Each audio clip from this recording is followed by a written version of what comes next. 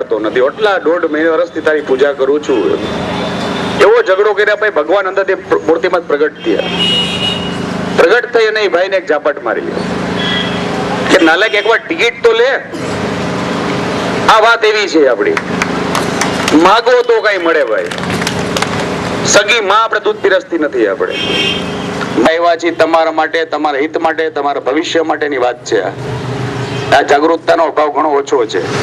3-4 દિવસથી ઉઘાડ નીકળો છે, ખેતરોમાં કામ નીકળ્યા છે, પછી આપણે 3 મહિના 4 મહિના પછી ગઈ કે માણાદર ને મેળો ને બેસાણમાં મેળો ને અમને વીમો ન મેળો તો ભાઈ ન મળે. તમને તે જ આ જાગૃતતા જો આપણામાં છે તો જ આપણે ભવિષ્યમાં કંઈક ને કંઈ મળ્યા રાખશે. હું તમારો બગી છું ભાઈ. ઘણી જગ્યાએ કહું છું કે હું એક માગણ છું. મારા બાપ પાસે ગમે તે હશે પણ મારો ધંધો જ માગવાનો જ છે.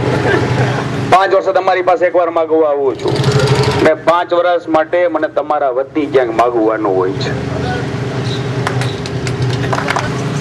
તમે તમારી હાજરી આપો, બાકીની વ્યવસ્થા મને કરવાની હોય છે.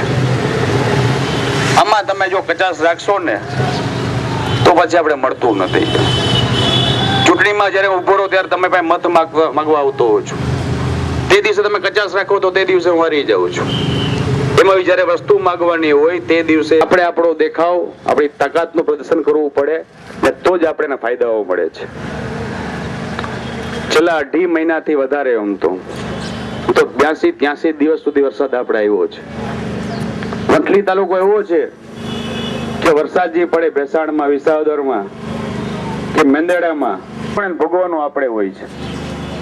આ તાલુકામાં આ વરસાદ પણ આપણે પુષ્કળ આવ્યો છે અને ઉપરનું પાણી પણ ઘણા પ્રમાણ મોટું આવ્યું છે, જેને કારણે ઘણી બધી જગ્યાએ ધોવાણો પણ, જેની કલ્પના કરવી અઘરી. કલ્પના એટલે કહું છું કે આપણી મોટી ઉંમરના બાપાઓ જ્યાં બેઠા છે એ ગામમાં બેઠા કહેતા કે અમારા જોવાનું તો એ વખતમાં હેલી આવતી હાથા દીની ભાઈ.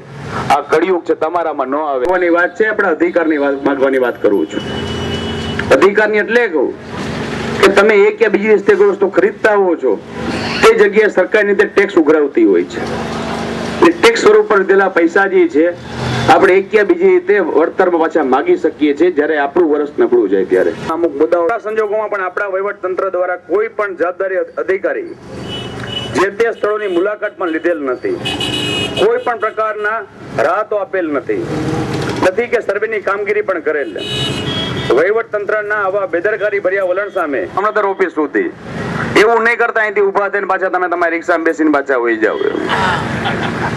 અહીંથી હાલીને જવાનું છે. રસ્તામાં આપણે શ્લોક પણ બોલવાના આવે છે. આ લોકશાહીમાં જરૂરિયાત છે. તમને લાગે કે ભાઈ આપણે ક્યાં જરૂર છે, એમ તો ભાઈ મને જરૂર નથી, પણ લોકશાહીમાં જરૂરિયાત છે જેના કારણે આપણે કરવું પડે છે. પેલો મુદ્દો આપણો એ છે કે છેલ્લા 2.5 માસથી સતત વરસી રહેલા વરસાદને કારણે આર્થિક પછાત વર્ગના મજૂરો અને નાના વર્ગના લોકો રોજીરોટી કમાવી સદંતર બંધ છે. રોજબરોજ મજૂરીના કામ ધંધા સંપૂર્ણ બંધ હોય આવા સંજોગોમાં આ વિસ્તારના અસરગ્રસ્ત આર્થિક પછાત તાત્કાલિક ધોરણે રોકડ કેશડોલ સ્વરૂપ ચૂકવવા અમારી માગણી છે. આ કોઈ ચૂંટણીની વાત નથી હો ભાઈ. આપણી પત્રિકાઓ છપાઈને 2 ટાઈમ બેથી વહેલી પણ નીકળી ગઈ છે.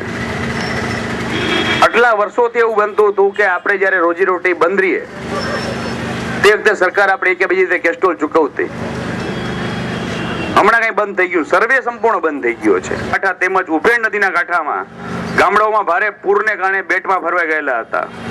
આ વિનાશક પૂરને કારણે ઘણા બધા સ્થળોએ કામગીરી કરવી અમારી વિનંતી છે અને અમારી માગણી છે. આ આવું આવેદન પત્રમાં આપણે લખેલું છે. એટલે નારો એવો હશે, ગરીબોને કેસ્ટોલ આપો. મારી પાછળ ગરીબોને શીખો હું શીખવા માંડ્યો. હવે ગરીબોને કેસ્ટોલ આપો, વિમોને